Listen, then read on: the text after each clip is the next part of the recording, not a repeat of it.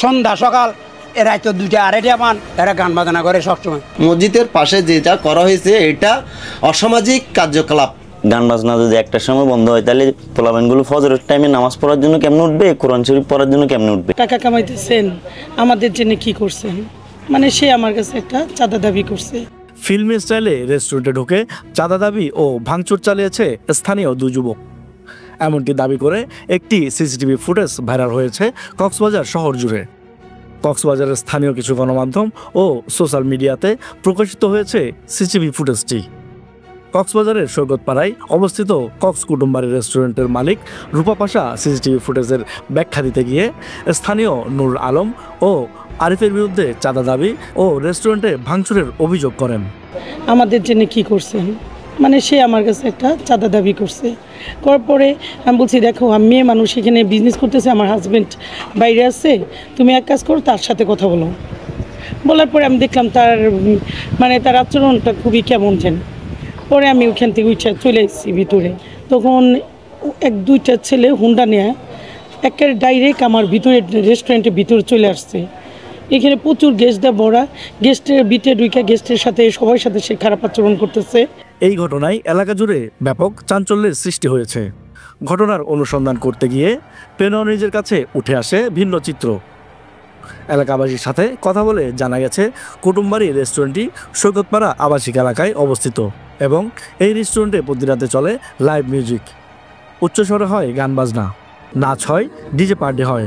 আর এসব কারণে অতিষ্ঠ এলাকাবাসী। সন্ধ্যা সকাল এরা তো 2টা 2:30 মান 9টা হইতে সন্ধ্যা 9টা হইতে রাত্রে 2টা 2:30 3টা কোনো সময় 3টা পর্যন্ত থেকে যায় এরা গান বাজনা করে সবসময়। মসজিদের কোরআন শরীফ অবমাননা হচ্ছে না?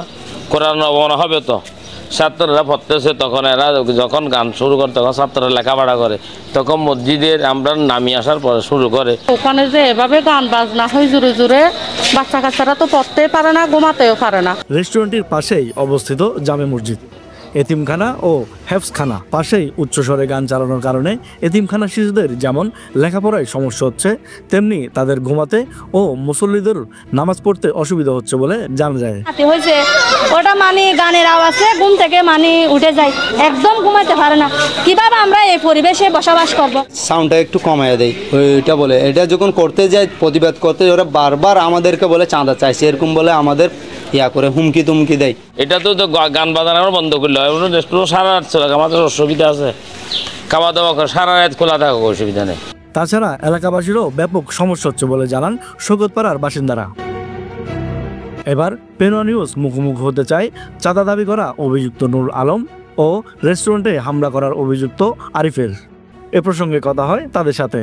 জানা গেল সিসিটিভি ফুটেজের আসল রহস্য। পরে আমি ওখানে গিয়ে ওনার সাথে কথা বললাম, ভাবি আপনার জন্য তো আমরা এখানে ঘুমাইতে পারতেছি না, এখন আমরা কি করতে পারি? আপনি যে লাউডে পরিমাণে এটা দিচ্ছেন, এটা কিন্তু খুব খারাপ, জিনিসটা সুন্দর না।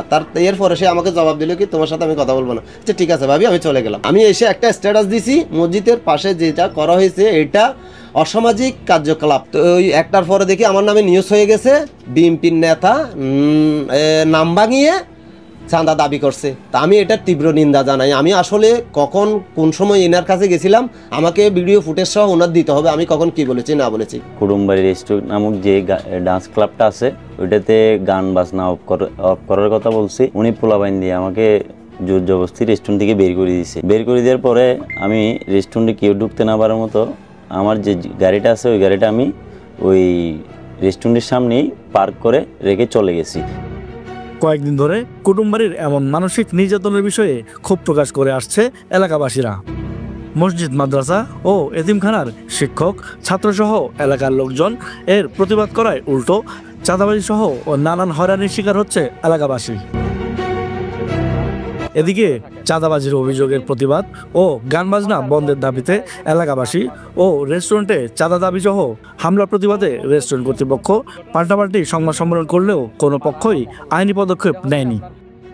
রাতে আবাসিক এলাকায় লাইভ মিউজিক ও ডিজে প্রোগ্রামের কথা জানতে চাইলে রূপা পাশা বলেন, নিয়ম মেনেই গান বাজনা করা হচ্ছে কুটুম্বাড়িতে। আমি 9টা 30-এ আরম্ভ করি, তো ওনারা বললো যে 9টা 30 থেকে 12টা 30 পর্যন্ত আমার অনুষ্ঠানটা চালু রাখতে পারবো। এটা এই এলাকার মুরব্বীরা বলছে আমারে। আমি সেই ওনাদের কথা মতোই আমি এই জায়গায় মানে ওইভাবে লাইভ মিউজিকটা চালু করছি। আবাসিক এলাকায় জোরে সোরে গান বাজনা বন্ধ করার দাবি সচেতন মহলের। আরজ ফারুক, পেরোয়া নিউজ।